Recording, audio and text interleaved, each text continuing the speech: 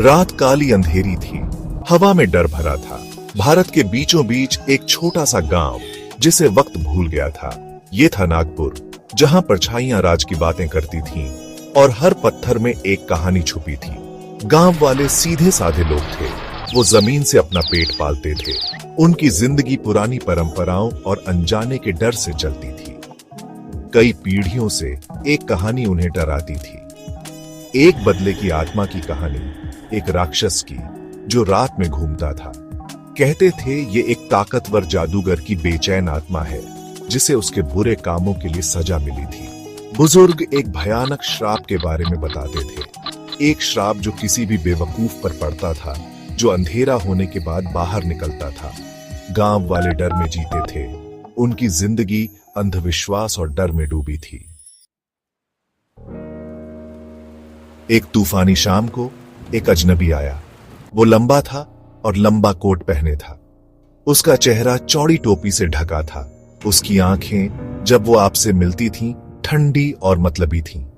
गांव वालों ने उसे शक की निगाह से देखा। उन्होंने पहले कभी ऐसा कोई नहीं देखा था।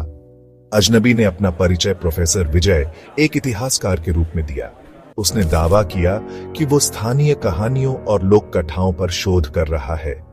गांव वालों ने सावधान लेकिन मेहमाननवाजी करते हुए उसे रात के लिए रहने की जगह दी। उन्हें क्या पता था कि उसका आना उनके गांव पर आतंक का राज लाएगा। प्रोफेसर विजय ने अपने आकर्षक व्यवहार और अधिकार की हवा से जल्दी ही उनका विश्वास जीत लिया। उसने उनकी कहानियों को ध्यान से सुना।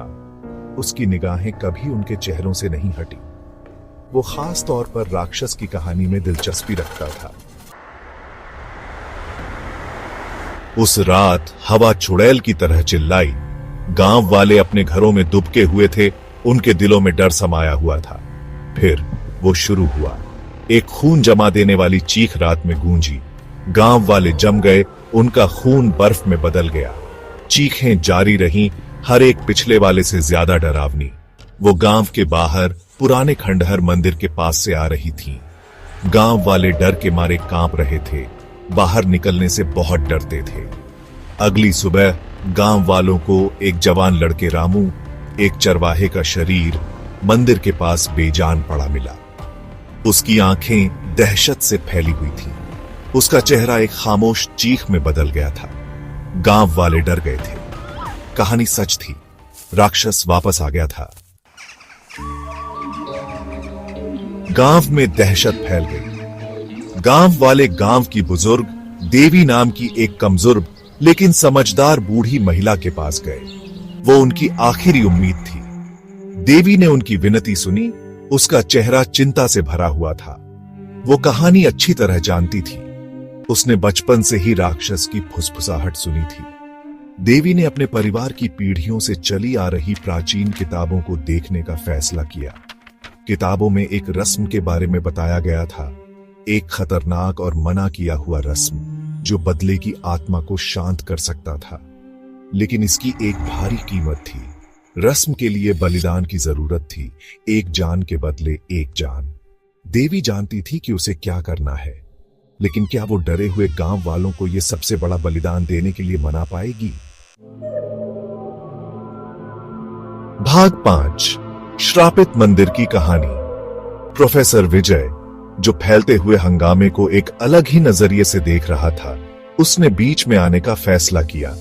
उसने गांव वालों को इकट्ठा किया। उनके डर के बीच उसकी आवाज शांत और भरोसेमंद थी।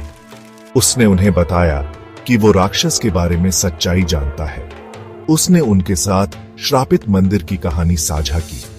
सदियों पहले एक ताकतवर जादूगर ने इसकी दीवारों के भीतर काला जादू किया था।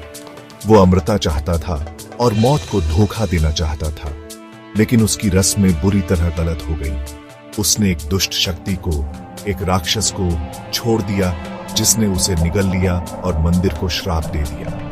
मंदिर के मैदान में फंसा राक्षस गांव वालों के डर और निराशा पर पलता था।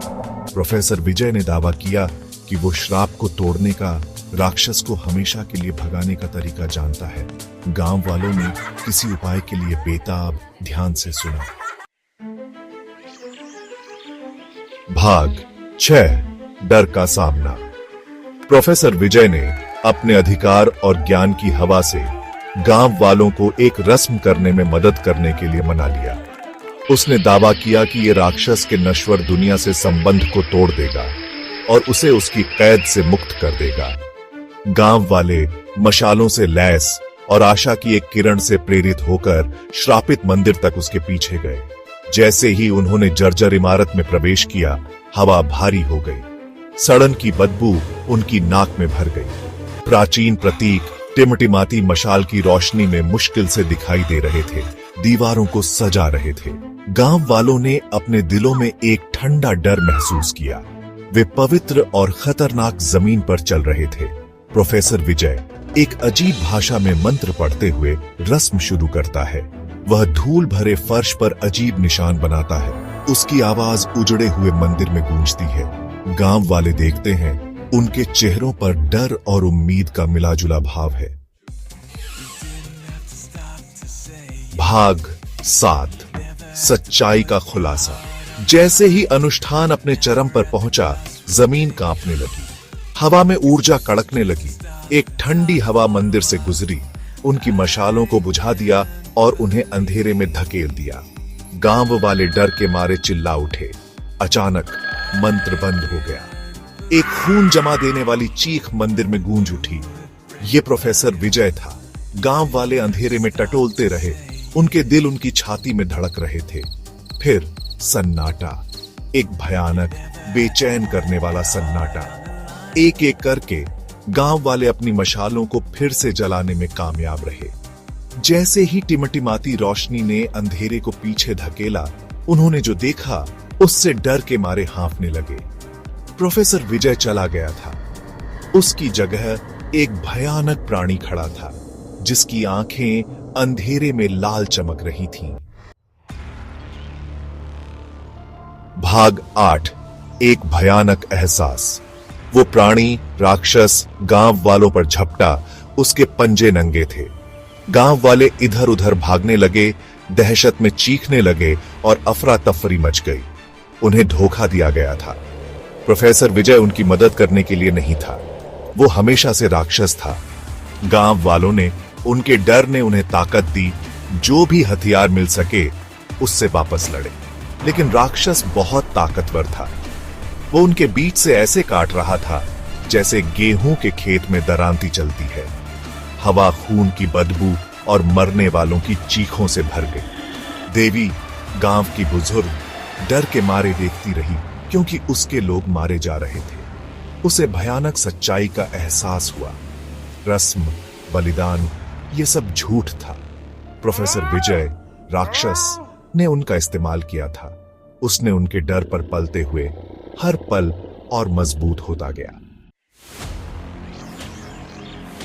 भाग 9, श्राप जारी है। रात खून खराबे की आवाजों से भरी थी। जब आखिरकार सूरज उगा तो उसने अपनी सुनहरी किरणें पूरी तरह से तबाही के दृश्य पर डाली। नागपुर गांव अब नहीं रहा। मंदिर खंडहर हो गया था और गांव वाले जो नहीं बच पाए थे मर चुके थे। राक्षस, जिसकी खून की प्यास आखिरकार बुझ गई, परछाइयों में गायब हो गया। मंदिर का श्राप बना रहा। गांव वालों के गलत विश्वास और प्राचीन जादू के भयानक परिणामों का प्रमाण। और श्रापित गांव नागपुर की कहानी जिंदा रही, एक भयानक याद दिलाती है कि कुछ बुराइयों को बिना छेड़े छोड़ देना ही बेहतर होता है।